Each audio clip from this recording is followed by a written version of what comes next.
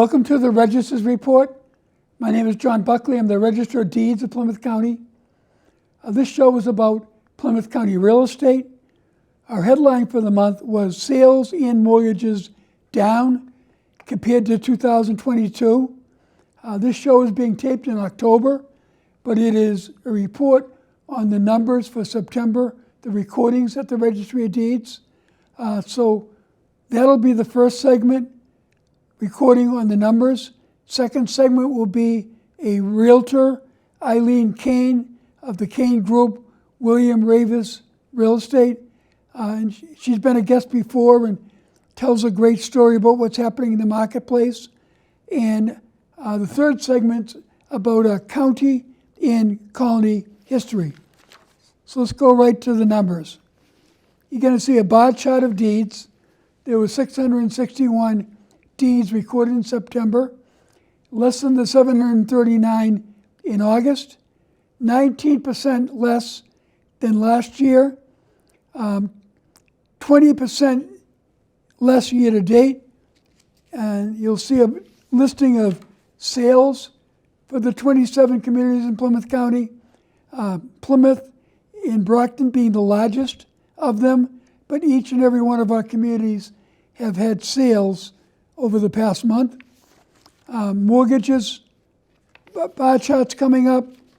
Mortgages have been the items most affected by the interest rate rises.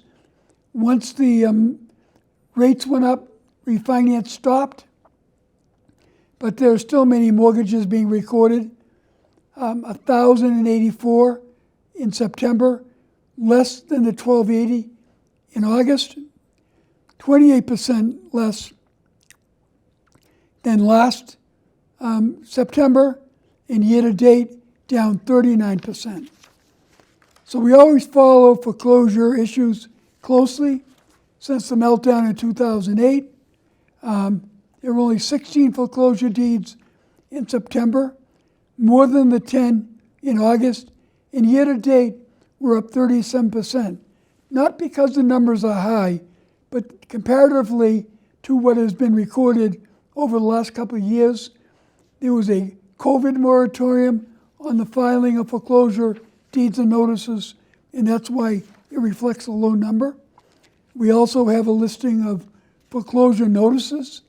Foreclosure notices are the first step in the process when you see someone is finding themselves in difficulty paying their mortgages, and many times it's health issues or loss of a job. And if you're having trouble with your mortgage, reach out to a federal housing counselor as soon as you can, because you can help save that. But there were 39 foreclosure deeds notices in September and 34 notices in August, 19% less than in September, however, 22% for the year. And you're going to see a listing of foreclosure deeds and notices by each of our 27 communities. And as you can see, there are still a lot of zeros there because banks are still catching up from the COVID moratorium. Be aware that we have a property fraud alert for free. Go on our website, PlymouthDeeds.org, and go to resources, and you put in your email, and if something gets recorded under your property, you'll get an email. It's a very good way to see what is happening if there's any people taking advantage of your ownership. We're also in the middle of transcribing our old records.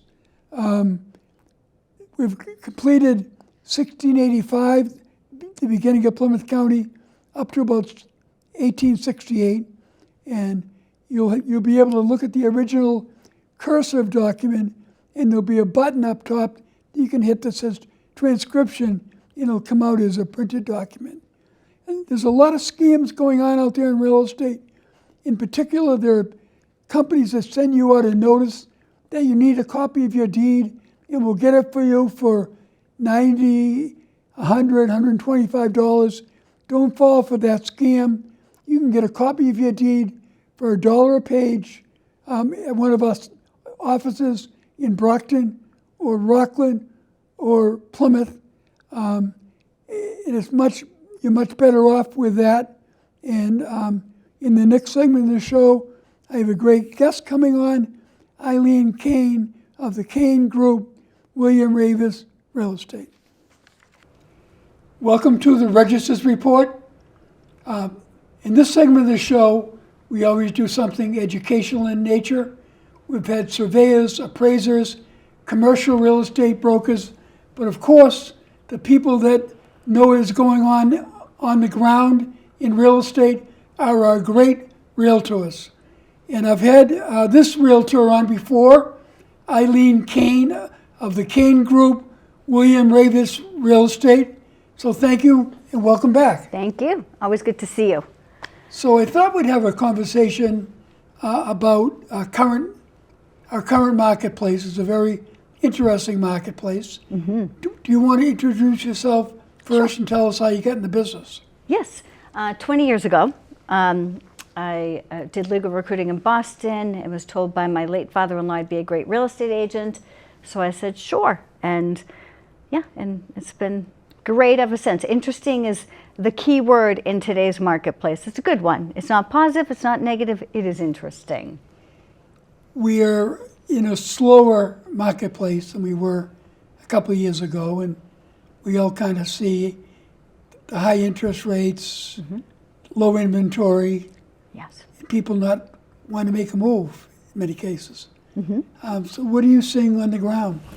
Seeing the same on the ground. So people are making moves. Less people are making moves than typical. We have had another drop in inventory. So inventory, we was talking about this in 21.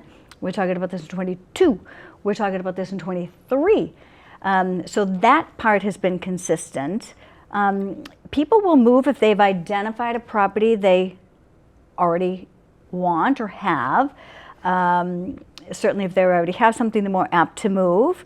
But still, John, unfortunately, divorce, estate sales, and just people, reloads. Yeah. Homes are still selling. Yeah. Okay, right. There's not enough signs in the ground. Right. But homes are still selling, and buyers are still buying, in spite of the interest rates. Now, obviously, we're seeing about 80% of our prior recordings coming in at the registry. So obviously, there is activity. There's activity. Yeah. There's activity. Yeah. Yeah. So again, the interest rate jump, of course, diminishes buyer affordability, buying power. But there are still buyers out there. We're still seeing multiple bids on certain properties. Multifamilies, high demand. Just had a buyer loss out, $50,000 over asking, waiving inspections, was not the top three. Okay, so you look at certain towns, they'll have one, two. You're not seeing an abundance, although interestingly, there's a couple of towns that I'm seeing more of, mm-hmm. and you're almost shocked to see a 6 or a 7 or 8 homes in the market. Mm-hmm. But you'll be searching online in a town from 5 to 7, pop, 2 homes. And you're like refreshing your search. How can this be? Right? So inventories, again, it's an issue. So we've talked about it before, but people that are looking for a home now have so many resources before they even speak with a realtor. Yes. Yes. Want to describe that change a little bit? Online. Yeah. They have access to almost everything online. Right. They don't even have to drive by a property anymore. You mm-hmm. can satellite, and position yourself on your computer to see almost everything what you want to see. But you don't really get the full picture. Mm-hmm. So you shouldn't say yes or no because of what you see online. You've mm-hmm. got to see, touch, and feel to make that decision. I agree, yeah. Okay, and realtors, listen, we make it look, our job is to perfectly promote in the way that's going to bring the seller the highest dollar. So, things may not be taken that shouldn't be taken, and it's going to take, the buyer to come in and say, I actually don't like that configuration, or I needed that bigger bedroom or something like that. But yes, there's a lot of online viewers, thousands of online viewers. So your market area is pretty large. Mine's very large, yeah. I know you've told me that before. You mm-hmm. go all the way up to Brookline. I saw a sale you had in Brookline. Reading to Brookline, yeah. And everything in between. Yeah. To the Cape. I go with my friends and family. are. You know, when the market was tough in 2009, it was 33% of my business was expired listings, so that would bring me, you know, to various places as well. So in this changed market, what advice would you give to potential buyers? Keep swinging the bat. Check your affordability and check it tight. Okay, make sure that you're under really what even a lender may say you can afford. I want to make sure that, especially the young couples coming into the market, that they've got a year's worth of savings behind them, that they can, you know, carry this home should one lose a job and things like that. But again, don't hesitate, because if you find the home that you want, interest rates are going to go back down again. You know they are. They have to. The feds have, you know, they're trying to shake things up to move things. Hasn't quite happened yet. Identify your house, purchase a house. I'll call you in a couple of years to say, let's refinance, you know, and get that lower number, as long as you can afford it.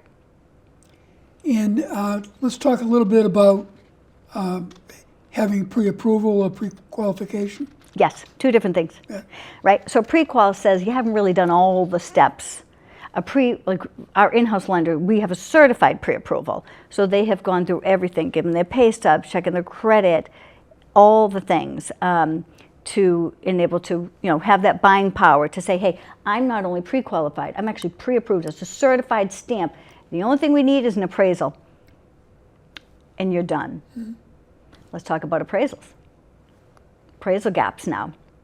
Buyers are saying, listen, I'm going to pay this number and I'll even fill in the gap a little bit. Should an appraiser say, you're not 700, you're 680.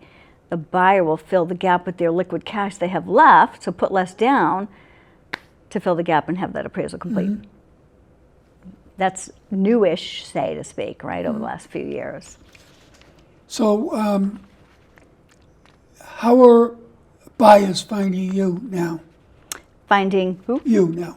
Finding me? Yeah. Oh, they're finding me online. They're finding me through years of referral business, personal referrals. A lot of it is social media. You know, I don't love social media, but you have to promote yourself if you're a real estate agent. It makes it easier for them to find you. It's free. Through past mailings, a lot of referral business. I've been doing this a long time. Expired's on here yet, but should they come back, you know, I'll go that route again as well. Now, are buyers attending the home buyer courses at all? Yeah, they do. Yeah, there's some programs out there that will help them, and I think it's a great thing to really educate yourself on that. So they are doing that. So let's talk about sellers now in this current marketplace. What is your advice to sellers? Still, paint the pink. You know, still do the things you have to do to get that top dollar. Don't assume that you stick a sign out there and you're going to get what you're going to get. Still be careful who you hire. You know, experience matters. The person selling your home is going to be communicating with the buyer's agents and the buyers in the community, so make sure that who you hire is a solid human being and a hard worker. And it doesn't have to mean 20 years experience, but that they're still going to work for you, because it's still, you got a long way to go from start to finish. You still have to have your house pristine. And the buyers will only tolerate so much. I'm starting to see some price adjustments, and only because they're saying, like, I'm Milton, I want this. And I'm like, no, but you're actually $150,000 off. So there's only so far you can go, even in this robust market, because again, it's been lifting for a bit, right? Yeah, I know a lot of other places across Massachusetts and the country have seen average sale prices go down. As of last month, ours have not gone down. Matter of fact, we saw month to month a 1% increase in Plymouth County. I pulled it. Yeah. So that is kind of contrary to what many people are saying out there. Yes, it is. So again, you talk about the overall market. So you really have to key in on your own zip code, because every zip code is going to bring something different, you know, different. Yeah. Yes. So I always like to talk about the difficulty for first-time home buyers. So can you give some advice? A lot of people are going out, looking, making an offer, getting outbid, or cash buyers, and it's very frustrating. 20 times in some cases I've heard people making a shot to get their first house. Yeah. So what's the alternative, John? Renting? Right. Living in your parents' basement? Right, which is no equity being gained. And the problem is with these renters, I'm selling, I've got some multis coming up because they're cashing out and now their tenants are being misplaced. So ownership will always bring you stability and security. So it may take you a bit, and it will. But again, just if you really truly want to buy, then you just got to keep doing it. You have to just keep going for it. I mean, it just is what it is. Don't waive inspections if in your heart of heart you really want that. If a seller really wants to sell their home and they really don't have anything to hide, it's okay to have an inspection. I put inspections in. Right, right. So let's talk about, right now, this show is being taped near the end of October, so we're well into the fall marketplace. How do you see things going through the end of calendar year 2023? Drip, drip, drip, Yeah. drip, drip, drip. Yeah. In, off, in, off. And a lot of people are having conversations about when it's going to break. What are your thoughts on that? No time soon. Yeah. Not in the foreseeable future. I'm hearing a lot about short sales because I was around during those times. And woof. But again, if you over-educate yourself in your purchase and you're smart, not frivolous, you'll be okay, But there's no big bang. There's nothing dramatic happening in the foreseeable future. It just isn't. As long as the rates are as high as they are. As long as the rates are as high as they are, and when they start to, dip back again, maybe deep 24, they will. We'll see. This is definitely an interesting market. In 20 years, I haven't seen this. Have you? No, well, we've seen ups and downs. 2008, during the foreclosure crisis, was a difficult market for a different reason. Yes. A lot of people were underwater at that time. Even with the limited foreclosures going on now, for the most part, people have some equity and they can do something. They can help them sell it, whatever. Yeah, exactly. And I think just money management overall. My job, how I do my business, is not just the sale of a home. It's to sit down. I don't care if you're 60 or you're 21. I want to know your whole financial portfolio to make sure that you'll be okay should, listen, the market slips down, a couple years from now and then you get a divorce. What are you going to do, right? If you put 3% down, what are you going to do? Yeah. Any other tips you might have for people out there looking at this show? Again, educate. Work with a professional. Do not go this alone. Do not. Even for sale by owners, I end up listing, converting them to my sellers because it's the most important asset. Be represented, and keep yourself educated. And just know that, on the buy side, you'll be where you're meant to be. You will ultimately, when you land somewhere, you're going to go, oh, I'm so happy I didn't get this one or that one or this one or that one. Here we are. And things that buyers can do in advance, like check their credit score, Always. work on that kind of thing. Yeah, talk with the lender, see if there's anything on there that you're not well aware of so you can take care of it. The higher the score, the better the terms, right? The more money, the better the terms. When the interest rates are 2.5%, you could put a low amount down. Didn't matter. A little more buying power is going to help you now to offset that interest rate. Yeah, so the last thing, the governor has put out a new housing plan with a whole bunch of different assets included in it. It hasn't not been adopted by the legislature yet, one of which seems to be able to do what we used to call in-laws in an easier fashion. Yeah. Will that break the dam on sales? No. No, you don't think? I don't see it either. No. Yeah. No. Again, just nothing in the foreseeable future. What I am seeing, John, is thousands of real estate agents leaving the marketplace and finding full-time jobs. I mean, every day there's more and more. I think it's like 60,000. A vast amount of real estate agents are now exhausted already and leaving the marketplace. A lot came in when COVID was here. I was like, oh, new license, it was enormous. So that's sad, because it is a hard job right now. Well, but if you don't stay have a book of consistent. business to begin with, Gotta work hard. these times are very hard. Got to work hard. Yeah. You got to overwork. Yeah. You do. You do. So can you share your contact information? Yeah, I'm not sure I should look, but Yeah, you Eileen can. Cain, Look there. this one. Eileen Cain from William Raveis Real Estate, which is now the #1 top brokerage. We got #1 in the U.S. I love this company. Been here for years. So my number is 508-254-6865. My email is eileen.cain@raveis.com. And you can find me, on social media at CAIN. And I thank you. I look forward to hearing from you. And one last tip for the people sitting in a basement of their parents' home and ready to go, what would you tell them? Ask them for a deposit. No, I mean, if they want to get rid of you, have them give you money. We're seeing a lot of parent contribution. If you truly want it, again, homeownership is not awarded to everybody, but it should be. Mm-hmm. So just prepare yourself, just again, to educate, save, work smart, work hard, talk to a professional, and nothing stays the same, John. Great. Well, thanks again. Thank you. This is probably your 3rd or 4th visit? 5th. 5th? Great. Thank you, Marty. So I want to thank Eileen Cain for the great job she did in discussing the current marketplace, tips for buyers and sellers. As we said, it's a very strange marketplace right now, but there's still activity going on. And if you're looking to sell or buy a house, there's low inventory. It probably is a good time to do either. But you need a competent person to guide your way through it. And Eileen's a great realtor and can help guide you through the process. In this segment of the show, we talk about something lighter in nature. We talk about some of our holidays for the month. World Teachers Day on the 5th, Columbus Day and Indigenous People Day celebrated in different communities on the 9th, World Food Day on the 13th, United Nations Day on the 24th, and Halloween coming up on the 31st.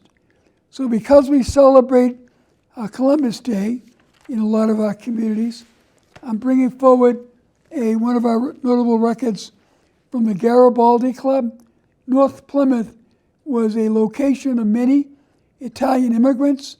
Many worked in the mills around there, including Cottage Park, making rope.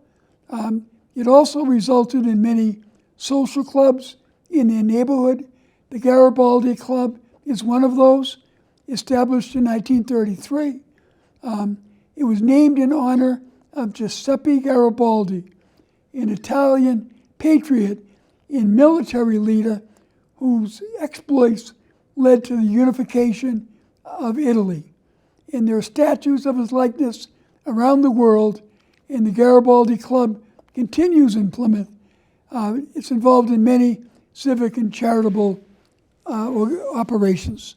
And next we're going to see, we're getting closer to the World Series. October is a big month to separate the teams and lead into the Big 7 World Series.